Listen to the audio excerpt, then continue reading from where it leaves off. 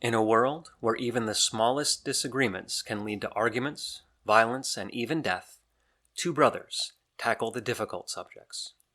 Before we get into the topic at hand, I don't know if if you've seen the news, but with all the excitement about the possible uh, charging of Trump, there's been a lot of pictures and videos that have been showing up online, uh, Hmm. fake videos of him being arrested, being piled on by a bunch of cops, and all this thing. And apparently they look pretty good. There people are saying that these images that are showing up look realistic, and so Hmm. it's throwing a lot of people for a loop. And so this kind of ties back into the conversation we had a couple weeks ago about the artificial intelligence. Just interesting to note that these things are coming up. I wonder if it's going to be, I mean, it's a trade-off to everything, but in some ways it'll be good because people will be less trusting of what they see instead of just believing everything that they see. They'll have to dig a little bit deeper when they find out, oh, he wasn't arrested. Oh my gosh. If they're proven wrong a number of times, maybe it'll be good in the long run. I don't know. Yeah, that was a attack that there's a science fiction author named Neil Stevenson, and in one of his books, that's what the way his approach was. If we get inundated with fake everything, then we start from the basis of let's assume it's fake, and then let's prove it, whether it is or isn't, rather than assuming it's real and then finding out that it's fake. It's not a bad solution to the problem. I'm as smart as Neil Stevenson, I guess. That's good. Oh, I, Um, I also thought was interesting that email I sent you about the New York Times. I thought you'd be more apologetic, but you seem to um, take the low road. um, well, elaborate. So what was the email? What was the gist of it? So that there was an article written. There's some guys they write for. It's called Persuasion, and from time to time they'll write some articles looking at what's happening in America and take a more nuanced view than some others do, I think. But in this case, they were looking at the New York Times and they gave a fair amount of evidence showing that, especially around 2020, the New York Times was really leaning left. And in fact, they fired a couple of conservative people that they had on working at the paper, and they kind of went it became more one-sided than it had been before. And that in the recent months and maybe the last year, they've been making a concerted effort to swing back the other direction to become more moderate. And I thought that was, it's good that they made the swing back, but you and I had been talking a number of times over the last couple of years about how I would say, well, they're not moderate, they're not middle of the road, they're really left leaning. And you would say, no, no, that's why I subscribe to the New York Times because I feel like they're moderate, middle of the road. And now it comes out with a fair amount of evidence that they've had to correct a little bit because they were so left leaning. I realize we're only talking about the last few years, but that's when you and I were talking about these things. So I thought you'd say like, oh, yeah, that's a good point. You know, they, I'm glad that they finally came back, but it was almost, I don't know, you didn't address the fact that I felt like this was sort of vindication for me. Well, first of all, I don't have a subscription to New York Times. It's the Washington Post. And I think Did you never? Because you told me it no, seemed like when we had talked about it before, you said you subscribed to the New York Times and the Post. no, just the Post. Uh, I think that, and I'm not trying to justify my perspective on it, but it seems from the complaints that I've heard from other people and from their approach on news in general that it's not so much that the articles are biased, and they may be, and I'm sure you would argue that they are. It's more that the what they choose to report on, what they choose, at the editorial level, the articles they choose to investigate, the whole 1619 project, the things that maybe they choose not to explore too much, like um some of the bias that people are claiming is happening in Facebook, that the bias that's left leaning. Like one man was talking about the fact that when he tries to show that some of the bad weather is not necessarily climate based, Facebook will post or will label it as misinformation, and the New York Times won't report on it. The way some of the New York Times and other people are not picking up on Matt Taibbi's reporting over at Twitter. So it always seemed to me that it was more of an editorial or editor's level bias that was really showing up rather than at the content level. But I'm sure you would probably feel it's happening in both. Definitely. I mean, it's an odd take to say, well, they're choosing articles that are left leaning, but when they actually write the articles, they're not left leaning. They're biased in how they select what to write about, but they're unbiased in when they actually start writing. I mean, why would they change? Even just on its face, it doesn't even pass the smell test. Like, well, they're going to be really unbiased in this one aspect, but once they start typing, then they become Well, they're different unbiased. people. The editors are the ones that are choosing, where the reporters are going to do the work, or the reporters are bringing in the stories, and the editors are choosing whether that story gets reported on or not. So it's happening at a different level strata within the company. And I'm not saying the reporters are unbiased at all. That's not at all what I'm saying. I'm saying that the bias that Okay. was showing up is much stronger, much greater at the editorial editor's level than it was necessarily at the reporter's level. I have no idea about that. I haven't really analyzed that. I don't know if that really matters. I mean, uh, because both would be a problem, I guess. Sure. But yeah, I don't know. I just I thought that was an interesting article. I thought it was, um, telling, and it just seems so contrary to what you and I had.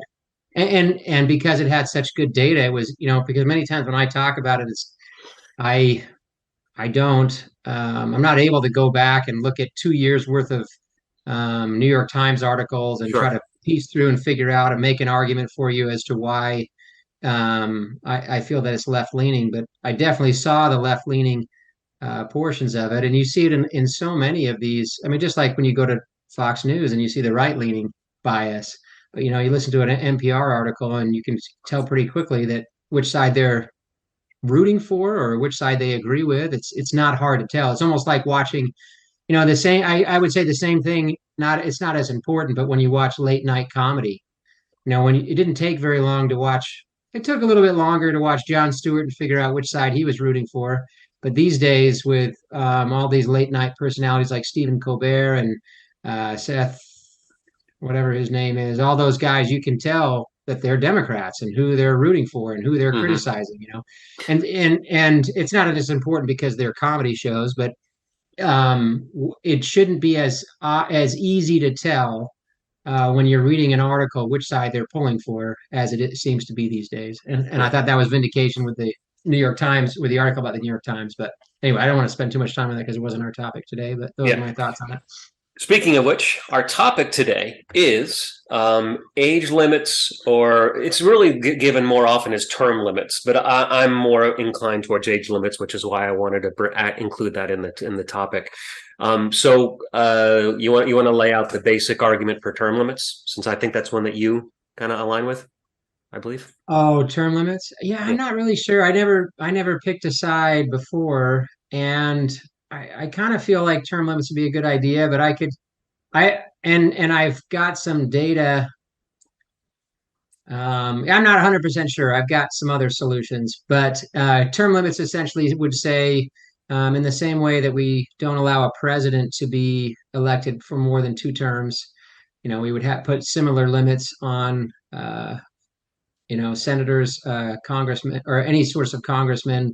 Even people even talked about having term limits for Supreme Court justices. And there's a lot of different reasons why that they gain too much power. They become institutionalized. It's There's arguments for and against that we can talk through the course of our conversation. But Well, and the biggest argument that I've run across against it is that um, creating laws, rules, regulations at the national level, actually even at the state level, is a complicated business, and it's something that experience is beneficial. And so I can't imagine someone saying to a CEO, "You've been there too long.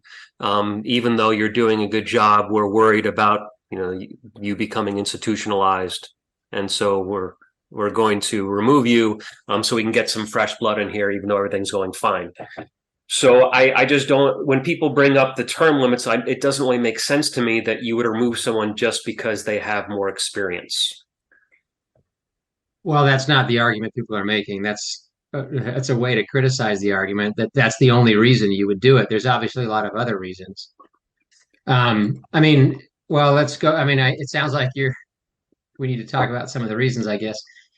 So, um, I read some interesting things. There's a tremendous amount of incumbent advantages that are available to congressmen and any sort of legislators or people in government. They're already much more well known than anybody who's challenging them, which sometimes can be good, but any sort of recognition is good. But there's certain inequalities that come for the challengers. So each House member, for instance, we're talking about the House of Representatives at the federal level, receives nearly $1 million per year to pay for free mail, staff salaries, office and travel expenses. Now, obviously, this has to do with a lot of what they have to do for their normal course of business, but it can be used very easily for reelection purposes. While campaigning incumbents continue to receive salaries of upwards of $130,000 a year. That typically dwarfs the income of challengers, many of whom have to quit their jobs to try to run for Congress. A small army of congressional staffers does volunteer work during campaign season. They have every motivation to do so since they are campaigning for perpetuation of their jobs. On official time, these political aides perform all sorts of jobs unrelated to legislation, but closely tied to reelection, such as soliciting media attention, doing favors for constituents. The power of these permits each member send through this free mail. Each member can send thinly disguised reelection propaganda to every resident in his district several times over, and they can call it, well, we're informing of the public or whatever else. But if it has it, for one thing, it just promotes them because it promotes the work that they're doing and helps them towards the reelection. The money allotted each incumbent for franking alone, which is sending this free mail, is $160,000 per year, and that's higher than the average challenger's total campaign expenditure. And both the House and the Senate, for instance, have also authorized taxpayer-funded lawyers to intervene in term limits like litigation. The turnover rate for House incumbents who attempt re-election typically is below 10%. So many times people say, well, listen, this is a democracy. Just let people choose who they want to. But is it really a democracy when the turnover rate for these House incumbents is so low? In fact, some people put it at that 88% of people that actually try for re-election get re-elected.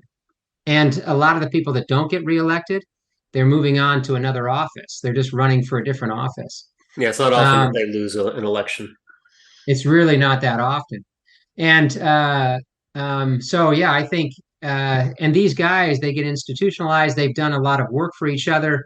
When you say, well, maybe, the argument that you made was, well, they wouldn't be as good at passing legislation. Well, one positive effect of that would be less, in the libertarian's mind would be that less gets done. Right? Yeah. I mean, I can see that argument, although I can't imagine any sort of corporation saying, well, I did a great job. We didn't do as much. These aren't a corporation, Brian. No, they're not. No, but we also often like to try and create an analogy between the two, which is when someone runs like a Mitt Romney is running, they'll often use their business experience as being an advantage when they get into government. Yeah, and I think there are certain advantages, but to say, well, because it's an advantage that you've been in business and you know how to run a big corporation, so you know how to run the government, doesn't mean that every aspect of business, No. applies directly to government. And so if it's good for business, then it must be good for government. I mean, that's not a great argument. No. And what I would, I do think though that because these guys they amass this structure around them just because it's part of doing business, and they can use that structure of all these aides, that office. They're sending out all this mail. Like, how could you possibly? It's almost surprising when an incumbent loses, Yeah. and so it's not a very democratic process. So the budgets, just that number, we kind of glossed over it, but just that number of $1 million is their budget for the year. Every How year, many? not just election years, every Yeah, year. and how many representatives and senators are we talking about? I mean, this is hundreds of millions of dollars Yeah. Well, and that's being used. These people are using at their offices. Like, how much are they doing? I mean, maybe it's all necessary. I don't know, but a company, like, if we talk about some comparisons between a company, if a company runs inefficiently, then you can see it right on their bottom line. If Congress is if $1 million is too much to run an office, well, then they raise taxes. They allocate more money. There's that's one key difference between a business and a government is they're not used to fitting into a budget. That's one thing that I think Mitt Romney and guys like him would be very good at, because they're used to fitting into a budget, not just increasing it whenever they run out of money, if that makes sense. yeah, it does. I don't know. I mean, there's a whole lot of assumptions in that argument that all this money is going to be used to basically win the next election. Because That's not an one, assumption I made. well, you're saying that their money is that money is going towards, essentially is going to be used for their reelection. No, I said that's their budget. I just was amazed how big the budget was. But if their budget is that big, and a lot of the work that they do can be used or would be used for reelection. And sometimes there's some crossover. If you just send out a flyer and say, well, I'm just letting our people know what I'm doing for them, because they need to know, or I'm sending out, I'm sending out a survey to all of our constituency to find out how they feel about these things. And then the survey Which might is say something important. like, which is important. Fine, that's important. So then they send out a survey and they say, hey, this is what we were able to accomplish, and now we're thinking about this or whatever. Like, all that is giving them name recognition. So the next time you go to the polls, if you haven't done your research, which many people haven't, or even if you have in your mind the person who's there and who has done all these things. I'm not saying it's, we need to do away with, figure out how to get rid of every advantage that these guys have, but it does. All I'm trying to do is illustrate the fact that these are certain advantages that these incumbents have. And it's going to be very difficult to level the playing field when they have all these advantages. We should at least acknowledge the fact that that's an advantage. Oh, it definitely is, but I'm not sure how this really plays into term limits or lack thereof. Because one of the arguments for term limits is it is difficult to beat an incumbent. So if they have this great advantage, maybe we should put in place a term limit, because there's no other way to get 88% of them out of office. Well, I think, and there probably is a fair amount of truth to that. I get some emails from my local representative that represents me in Washington, also from a nearby representative that's actually Republican, because I want to hear what's going on with them. And it is actually, I find it, since I've been receiving those, useful. Oh, they are doing something, because let's be honest, most of us don't know even who our elected official is until we start seeing their names coming up in the press and on the billboards around election cycles. And so there is some value to hear what they're actually doing, for us. And whether I agree with it or not, at least I know that they're doing something. So yes, I do think that there is a certain value of the incumbent has, and I also think it is important to know what the incumbents are doing for us. Does that give them advantage? Yeah, but I also think that being able to keep track of their activity is also useful, important. Now, one of the one of the things that people will talk about is that if you've been there for 30 years, that you're somehow just feeding off the hog. You're not doing much in there, and so I was sort of curious. One of the things I found interesting with Trump as a president was that all sorts of terminology was coming up that I'd never heard of before, like emoluments. Never heard of an emolument until it came up with during Trump's presidency. And so these sort of complicated, obscure rules that no one really knows about until they pop up in the major news cycles. And so I ran across an article that when they passed, I think it was the Inflation Reduction Act. You and I both agree it was sort of the name didn't match what they were doing, but the way that I think it was that one, the way they got it through is that Chuck Schumer found an obscure rule from 1974 that allowed them to bypass McConnell's filibuster. And so that is one of those things. I don't know if Schumer was actually in office in 1974. He may have been. Some of those guys are pretty old. But if he were, or at least having someone that was aware that this obscure rule existed, gave him the ability to get what he wanted done. So there is a value to having some of that experience and some of that knowledge. If you're glad that the Inflation Reduction Act was passed. But it works the other way too. Yeah. Well, maybe sometimes. I'm guessing they're better at getting things done than they are at, the more you're in there, the more you get done. It's not like the longer you're in there, the better you are at not getting things done. These guys get stuff done. They get stuff passed. They get a lot of pork barrel put in place.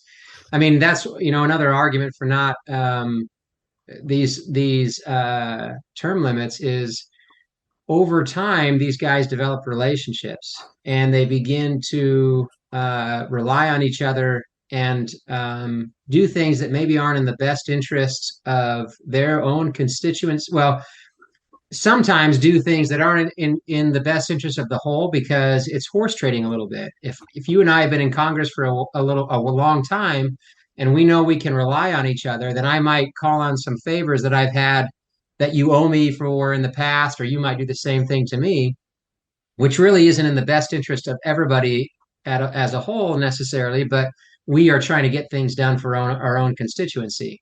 And so it isn't like that would be at least an argument for considering that maybe having all these guys that have these long-term relationships that are doing things more to get things passed through for themselves or in their own self-interest than for the good of the whole, if that makes, I don't know.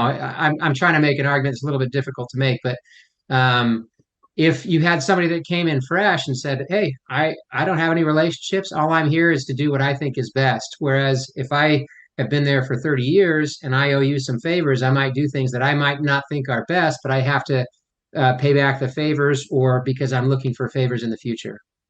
Now, I mean, the fact that you're talking about trading favors means that there was presumably at some point in the past or in the future something that this person compromised in order to help you along. So, I mean, it's kind of good business sense, isn't it? The fact that there's in a way a compromise where you're getting something now and giving something later or in the past.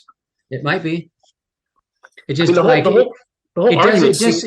it doesn't seem like it seems like instead of doing things like that, like saying, hey, I'll do something for you that isn't really what I think is best, and because you'll do something for me that you don't think is best, as opposed to we all just vote for what we think is best. And if it doesn't pass, it doesn't pass. It should be as simple as that. Well, I mean, I think that really what it comes down to, it seems like there's two aspects to this. One is basic elements of negotiation and compromise, which is usually seen as a good thing. Yes, you give up some things you want, but in order to get some things that you want as well. And presumably when I talk about you, I'm talking about you representing your constituency. But the other thing that there seems to be kind of below the surface of this conversation is an assumed corruption. That people are not really benefiting, that it's only benefiting the people that are in office. And let's be honest, corruption does happen. Yeah, not that's too strong to say people are not really benefiting. I would say there's definitely corruption, but to say categorically, well, people aren't benefiting. No, they definitely are. I think pork barrel benefits individuals for sure. Okay, we don't have to look too far to see some of that corruption, and I'm going to call it the Democrats. In the fact that they have been unwilling to pass some of this insider trading rules, because although they don't have access to the insider information within corporations, they definitely have access to some of the rules and laws that are going to be put in place at the government level, and they know which companies or which industries are going to benefit by these laws before the general public does. And by the definition of insider trading, they have inside information. And so they are unwilling to hold themselves to the same standard that they expect corporations to be held to. So absolutely, corruption exists within government. Yeah, agreed. Yeah, I guess you're not going to argue with that. That being No. said, I don't think that it's fair to say that the anyone that ends up in a position within the government will eventually be corrupted, and therefore we need to put a term limit in place so that we can get them out before the corruption really sets in. I can agree with that. I really I don't feel too strongly about term limits. I think there's other solutions that would work better than term limits because it does seem to me that yeah, I see you're kind of inviting me up. Go ahead, finish up, and then give us some of those other ideas. Yeah, I mean, I like the fewer rules, the better, if possible. So I think the campaign finance rules are a bit of a waste of time. I think, um, this is gonna, once I say it, you'll be like, oh my gosh, he's on this one again. But, there's just, it's amazing to me. Like you talk about the $1 million budgets that these offices have. And then you talk about how many politicians after they leave office go into lobbying. And I saw some numbers, and I can't remember exactly, but the Clintons and Barack Obama, I'm sure Donald Trump is the same, and the Bushes back when they were doing it. I mean, these guys, for giving a speech, they make hundreds of thousands of dollars for one speech. I mean, there is so much money out there for these guys. It is unbelievable. So for me, there is so much money in government and so much power that these people are wielding. You're just not going to keep the influence and the power out of government until you reduce the size of government and reduce their influence. Mm-hmm. I think the real problem is like we've tried to find all these ways to control these politicians, and we can't even get these trading laws that you're talking about. That these guys go, they know that somebody's about to experience something terrible because of something that's going to happen on their committee. So they short a stock or they buy it or sell it or whatever because they know they're about to make a killing on it. I mean, these people, they have made so much money just being there because they wield so much power. And that to me is the real problem. Like we can try to create all these laws, campaign finance, and it never works. It is never going to work because they know they've been their career politicians. They know more than you. And you're asking those people that to govern themselves. And they're not the type of people to govern themselves. So the more power we have in government, this is the argument for a libertarian. All that power that you have in government, and then we say to them, hey, well, we just need to vote for the right people that are going to make good decisions. We just need to ask them to regulate themselves and create some laws that will stop them from having so much power. Nancy Pelosi and Donald Trump, could you create some laws so that you don't have as much power? Like, oh yeah, that's going to work great. Yeah.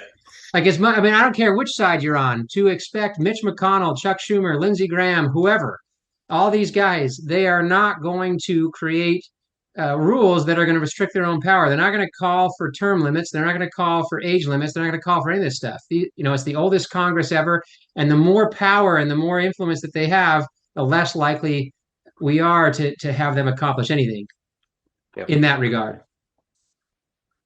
So what are your ideas for solutions? That is my idea, that we focus on smaller government, that we elect people who are going to do well. My first one would be, we talked about the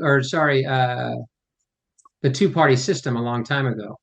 Mm-hmm. And I still feel if we implemented those changes, the ranked choice voting, doing away with the primaries, I think we should outsource the redistricting. That government should not be in charge of redistricting. We should outsource that to like a couple of consulting firms and say, okay, one of you comes up with a few options, and then a second one decides which one we choose, and we ask them to do that from time to time. Like, it's just got to be out of their hands. And we need to elect officials. I just think there's very little that's going to be done like even if you found some way to have these term limits, I imagine they'd come up with some solution that I haven't even thought of. But the first one I can think of is these political machines that we used to have in the past are going to become more prevalent. Like these new politicians, they're not going to know what to do. They're not going to know how to get elected. So they'll go to the Republican Party and they'll get put in place, but that'll come with a number of requirements of things that they have to do for the party. You're just not going to take that power away from these people. They're too involved. They're too smart. They're too cutthroat. They're going to figure this stuff out, and they're going to find ways around all of these regulations. So every time we talk about, well, what's the solution? What are you going to what regulation are you going to put in place? Like I think we just need to reduce the size of government and drastically. And we can only do that when we get rid of the two-party system is maybe one of the first steps, but we should vote for people who really truly want a smaller government. Well, I mean, definitely there's a problem with the incumbents constantly getting reelected because everyone complains about their representative, but they never vote anybody else in. And part of the reason is the primary system. It's very rare for a politician to get primaried. And so if the person running your district is of your party, most of the time you're not going to go and vote for somebody of the other party. You want someone of the same party to go and replace that person, but they very rarely get someone to go and challenge them in the primary. So they end up holding on to that position for a long time. You brought up the age of the government right now. There are in the Senate 4 people over the age of 80 years old. Charles Grassley and Dianne Feinstein are 89 years old. It's insane. In the Senate, we have someone, Napolitano is 86, Norton 85, Rogers 85, Parcell Jr. Whatever it is, something. Maxine Waters 84. I mean, there's got to be about 12 people that are in their 80s. What are they doing in their 80s making these decisions? Well, don't you agree though that there's some people at that age that could do it? Yes, and that's a great point. So here's my solution. And it's 2 parts. One doesn't really address the issue, but I still think it's important. We need to start having civics tests for people that are going to run for government, because there are a lot of people that have no idea. Boebert, whatever her name is, said that the Constitution has never been changed, and we shouldn't be changing the Constitution. She's never heard of an amendment. Those amendments actually amend the Constitution. She has no idea what she's talking about. So having a civics test so people actually have some basic knowledge before they actually get into office. But this is the solution to the problem. The solution is having regular tests to make sure that people are still in their right mind. I think it's Dianne Feinstein. There's been some rumors that she may actually have dementia and that her staff is keeping her out of sight from people so that she can actually, no one can actually find out if she does. I'm pretty sure it's her. And please don't take that as gospel. It may be somebody else that I'm thinking of. But there is someone that is being hidden because of signs of mental ailments. Not Fetterman though. Different issue. He committed himself because of depression, which is an interesting issue. I don't know that that's ever happened in government before, in Congress before. But there was question before anyway that he'd had a stroke and he wasn't quite all there, and this could be a solution because who's ruling and who's doing his job in his stead. Yeah. I mean, it is interesting. But if we had regular tests on people's mental acuity, it would start to solve this problem. There's a lot of states, I looked into this because I was curious about this issue. There's a lot of states that don't test older people to get driver's licenses. I know. It's amazing. I don't know how there's not more. I think the only reason they don't look into it more is because they don't cause that many accidents. They get nervous or their kids have to, because yeah, it's interesting how people get their licenses taken. It's like the kids that have to take it away pretty much. I was reading one story about it, and the guy said that it took him a couple times, but he passed the written test a couple times. He's been driving for like 60 years. He needs a couple times to pass the test. And so this should be happening in government on a regular basis. Do you remember when Donald Trump was bragging about the fact that he could pass the dementia test? The man camera, whatever it was that he was going through, it was basically to make sure that he didn't have dementia. And he's on TV bragging about the fact that he passed this test. He thought it was an IQ test or something. It was actually just to make sure that he didn't have dementia, but he didn't know this. Um, Uh, I'm sure we could look into that. Maybe that's what happened. It could be that's what happened. I mean, you're putting a good spin on it, I'm guessing. I mean, yeah, he is old. Joe Biden is old. I Joe can't Biden is believe old. how old these guys are. It is Yeah. crazy. And you talk to him something like he's running the country, and sometimes and who knows, like maybe I'm seeing the worst clips of him. I mean Donald Trump too, but no, I mean Donald Trump seems pretty sharp. Like he seems all there when he talks. I don't know. But Joe Biden sometimes, I mean Donald Trump's isn't that he's lost cognitive ability. I think that he's just outlandish and crazy sometimes. Joe Biden sometimes I think, am I just seeing the worst clips of him, or does he seem like an old guy that I wouldn't want running a business, much less the US government? I don't know. I voted for Biden. I am worried I'm going to have to vote for him again at this upcoming election. That really makes me nervous. Because if it were between Trump and Biden, yeah, I wouldn't vote for Trump. And so it would have to be Biden. And I think throwing away my vote is just it's stupid. It's childish. Um, but that aside, you're right. Hearing some of the things that come out, and I say that only to say I'm about to criticize the man because the things that do come out of his mouth, he's like the grandpa at Thanksgiving dinner that you just sort of ignore, like, oh yeah, okay, grandpa, you just keep on talking because he can't do anything. What he's going to do? Attack his turkey, knock over the gravy boat. But we got the guy Drive home, running. What's that? drive home. Yeah, depending on the state, he might be driving home. But the one that we have running the country is that guy that you just sort of go, okay, yeah, you just keep on talking. It's Yeah. crazy. Well, yeah, the cognitive tests, man, it would be difficult. I'm just trying to think through how that would work because would you give the same one to everybody if you had, and then could they just memorize it? But maybe it'd be difficult to memorize because they're so old. But um, I don't know. Like because you can't give different ones because then everybody's going to be accusing you of, well, you gave a different one to Donald Trump than you gave to Joe Biden, or you wanted Joe Biden to fail or something, like, It could be like the SATs where it's all chosen at random. You never know which questions you're going to get, but you would have to make all the answers, all of the results public, so that the people couldn't kind of play some sort of game. Everybody would know how their representative or how their senator passed on both the civics test and the cognitive test as well. It would be so hilarious to sit in the room with Joe Biden while they're trying to prepare him for that test. That would be just comedy. If you could be a fly on the wall, Yeah. or Would it or be Donald like Trump. would it be like school where they're instead of teaching to the test, they're legislating to the test, trying to prepare for the next round of the exam? Yeah, it's crazy. But I don't know. I mean, that's not the worst thing in the world. I think the bigger problem, I mean, once again, we're trying to find ways to kind of put band-aids on the bigger problems. There's just so much there's so much power that incumbents have. Just the name recognition alone. Isn't it interesting? It is interesting how they select, you know, the next candidate. Like Joe Biden did not seem like the strongest candidate.